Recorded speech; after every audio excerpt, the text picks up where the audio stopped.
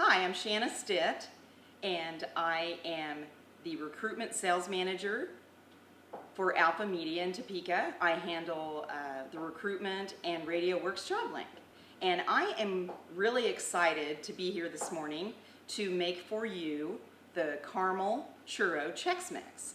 My family loves this Chex Mix. It's a take-along to ball games. The people at work really like it, and it's so quick and easy. I usually make it in the fall. It reminds you of pumpkins and the cinnamon, but it literally will take you 5 minutes to make. I've gotten in the habit of cooking for the folks at work. On Wednesdays, I bring in a dish that I've made, and I love to bake. My daughter-in-law loves to bake too, and so we kind of trade recipes. And Pinterest has really been a friend to me. I go on Pinterest and I pin different recipes, and so I put this recipe on Pinterest, and you can find it on our website too. So let me get started. Here's the ingredients that you need. You will need corn Chex, rice Chex. Now sometimes I use Crispix instead of corn Chex because they're a little bit bigger, but in this recipe I'm using the Hy-Vee brand. And you need brown sugar, corn syrup, baking soda, and cinnamon, and butter. And usually I let the butter sit out till it's at room temperature, not melted. So this isn't quite at room temperature, and so I'm going to put it in the microwave and get it a little softer. Okay, the butter's soft. And we are, I already measured this out. So the Chex Mix is 4.5 cups of rice Chex and 4.5 cups of corn Chex. And you just put them in a bowl and set them aside. Then you take 2/3 cup of sugar and 2 teaspoons of cinnamon. And I've kind of made that easy too because I have this little shaker that I got from Pampered Chef, and so I have mixed the cinnamon and sugar already together. So 2/3 cup of sugar and 2 teaspoons of cinnamon, and it's really nice because you shake this on at the end. So I'm not going to be measuring that today. You set that aside too, so the cinnamon and sugar and the Chex Mix, and you turn on the burner and put the softened butter in here with, and that's on about medium temperature, and 1/4 cup of corn syrup to make it good and sugary. I have 4 grandsons. 2 of them are at the age right now where they can't really help, but they can enjoy eating, and so they really like this too. And it's a good snack to take to a ball game or put in Tupperware or a baggie to eat later. It's a really good snack.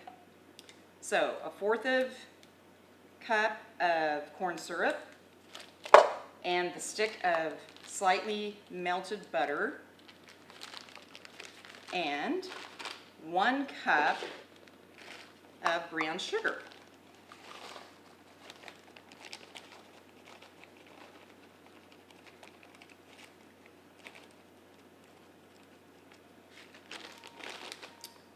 And, you know, I learned this from my mom on brown sugar or anything that can be packed down. You pack it down, and see, I didn't quite have a cup.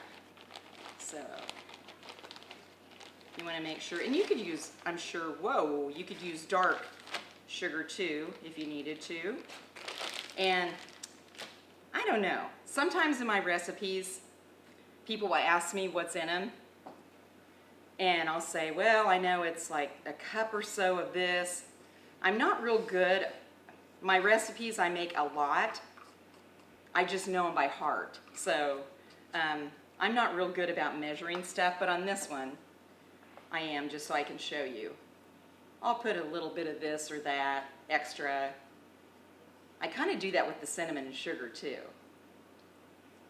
And so you're going to stir this until it starts to bubble, and it usually takes about a minute or two, and it's this caramel looking sauce, and you'll kind of see when it starts to bubble. My husband really likes this recipe when it's hot, before it's cooled, because it's really gooey. You can see the butter's starting to melt, and with the corn syrup and sugar, that makes the churro. And so once you get that all melted and it starts to bubble, you want to let it bubble for 1 minute so that it comes to the temperature that it needs to be. And then the sugar crystallizes, and so we'll let it stay on here for about a minute. And then the secret ingredient is the soda. And I don't have 1/4 teaspoon, so again, I kind of guess. And so that's going to bubble for about a minute. Let me turn the heat up a bit. And you'll notice that it starts to bubble around the edges. And you'll really see it firing up here in a minute. But you know, we were talking about this recipe. You could do this with just about anything. You could take popcorn that's already popped, any kind of cereal, and you could put this coating on it. And you'll see, as I finish the recipe, that you have to bake it after that. And then that's when it crystallizes and becomes hard. So see, it's starting to bubble. And so we'll let that bubble for about a minute, and then we'll add the soda to it. And the soda causes some kind of reaction. I remember when my boys were in school, they made a volcano, and it was vinegar and dish soap, and then you added a tablespoon of soda. And I was like, what are they going to add the soda for? Well, the soda causes a reaction, especially in cooking. And it makes it rise too. So if you forget the soda in a recipe, even though it doesn't taste good, there's a reason for it. Okay, so you don't want to burn this, so I'm going to turn it off. And it's nice and bubbly. Okay, and I have my cereal there, and I have my 1/4 teaspoon of soda. And put that in. And it turns into this foam. You stir it, it becomes a lighter. See? So it's like foaming up.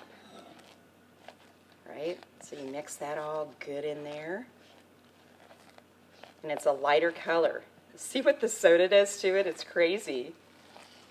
All right, so I'm going to pour this into this bowl. I have it measured out, 4½ cups of each, and then I like to pour this over the top, and I just start out with half of it because I want to get it really coated, because there's nothing worse than picking up your favorite snack, and whether it's Chex Mix or Puppy Chow. And I do a lot of recipes with Chex Mix, especially at the holidays. Oh, that guy, get back in there. And so it gets kind of sticky. But if you use a plastic bowl, I found that in a rubber spatula, so you want to really coat this. So I kind of pour it on in 3 stages. And I know with my family, they're waiting for it to get done. Well, it has to bake after this. Just for a few minutes though. So you want to turn it and just coat the cereal really well. You know, I don't come from a long line of really good cooks except for my granny. And back in the day, she would make a lunch for at least 5 or 10 people. And they had their big lunch at noon. And she would make roast, carrots, and potatoes in the middle of the day. And she didn't live on a farm, so I kind of learned to cook through her. But I have 4 sons, and so eating and cooking was very important in our house. And a lot of cooking and a lot of eating. So you want to coat this really good. I made some of this a couple weeks ago, and my daughter-in-law, who is the mother of 3 boys, a set of twin boys and a 2-year-old, she loved it. And I know when Carrie says she likes something, it's really good. So she's a fan too. So I have this all coated. What you want to do, and I don't let this set out very long. You put your oven on 350, and I take my large cookie sheet, and you're going to spray it with cooking spray. And make sure you get all the sides, and then we're going to lay this out in an even layer. And I try to make sure that all the cereal is covered with the gooey, caramely topping. So you lay it out on here.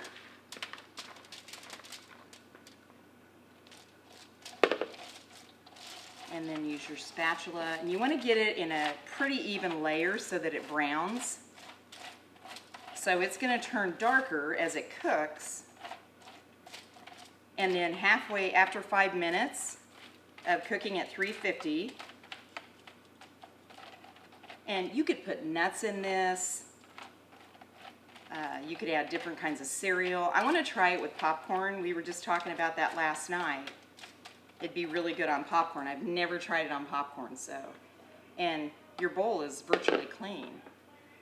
All right, so you have an even layer, and I'm going to put it in the oven for 5 minutes, and then after 5 minutes, I will turn it. Okay, we're going to check our Carmel Churro Chex mix, and it's starting to brown.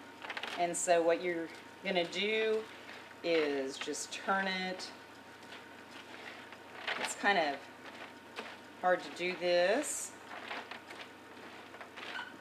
And what I like to do is cook it this first time and then take the cinnamon and sugar. You can do either add it at the end and put the cinnamon and sugar mixture. Remember, there's 2/3 cup of sugar and 2 tablespoons or teaspoons of cinnamon.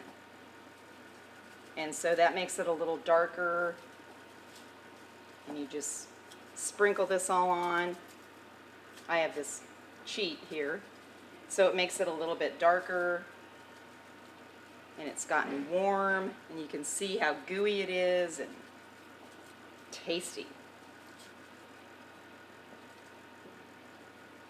Okay, and then you just turn it, kind of mix it around, and let it heat up. You can see that caramel sauce all over it. I can't wait to try this with caramel corn. I think that'd be really good.